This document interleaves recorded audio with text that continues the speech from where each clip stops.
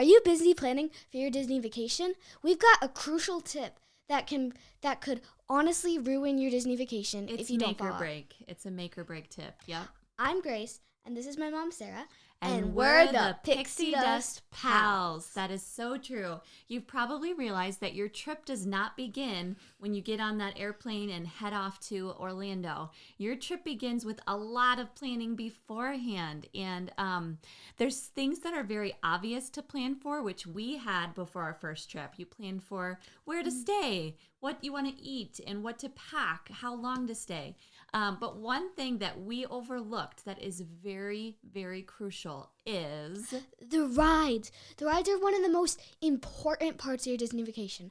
They're probably the main reason that you're going.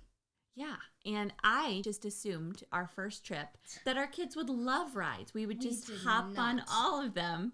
So we showed up our first day at Animal Kingdom and got in line for the very first ride that we saw, which was Expedition Everest. Yeah, and we love this ride now, but it's amazing. It is not a good beginning roller coaster. We had a 4 and a 6-year-old, and there are steep climbs, big drops, backwards drops, a Yeti chasing you.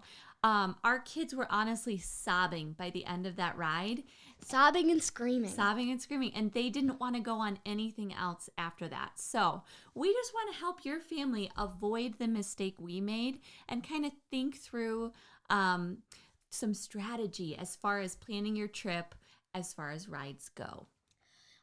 Our first tip is make sure to take your kids to a cheap local amusement park or carnival, because those can be really helpful. Think of it like a pre-Disney test to make sure your kids like rides, to see what they're afraid of. This can really help you plan your trip. Yes, that is a very good tip. And our tip number 2 for you guys is to think about the different types of fears children might have with rides and kind of strategize, like, what will my unique child struggle with?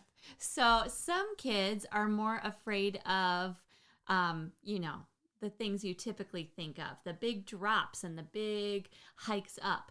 Other kids struggle with motion sickness, so you'll want to think through rides that spin and rides that will make you a little more sick. Some kids like to see the ride they're going on, while other kids prefer a dark ride, and when they see what the ride looks like, they want nothing to do with it. There's also some rides that just can be really overwhelming from a sensory standpoint, like this is not even a ride, but a Bug's Life show usually ends with half of the audience crying because what's happening in it, Grace? There are spiders dropping from the ceiling, bad smells. You can feel the bugs crawling under your feet.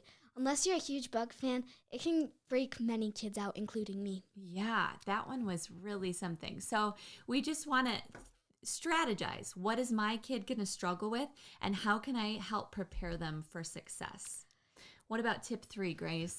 Tip number 3 is try watching point of view videos.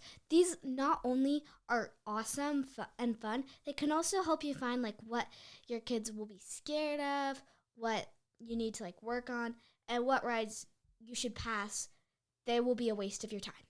That's so true. And stay tuned, because Grace is going to be making some special videos, a whole series convincing your kid why they should ride each different ride, and just kind of walking through what might scare them and how to prepare themselves for each one. What about tip 4, Grace? Tip 4, yeah.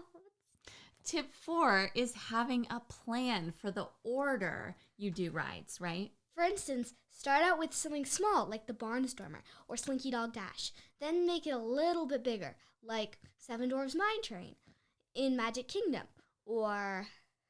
That way you're not starting with Expedition Everest like our family did. So you just want to set your kids up for success.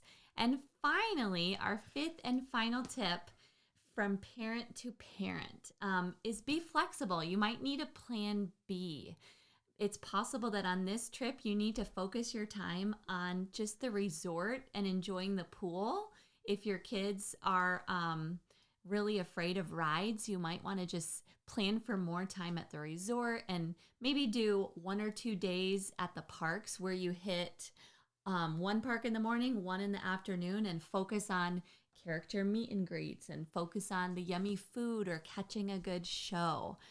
So this can just be a great way to plan your trip. There's also rider swap. If you've never heard about rider swap, we'll be putting out a video about that later as well. But that can make sure some family members get to do the rides they want to do without forcing everyone on it. This can also help some family members. They're really excited. This also lets you ride it twice. Well, we hope that these tips have helped you and that you'll use them.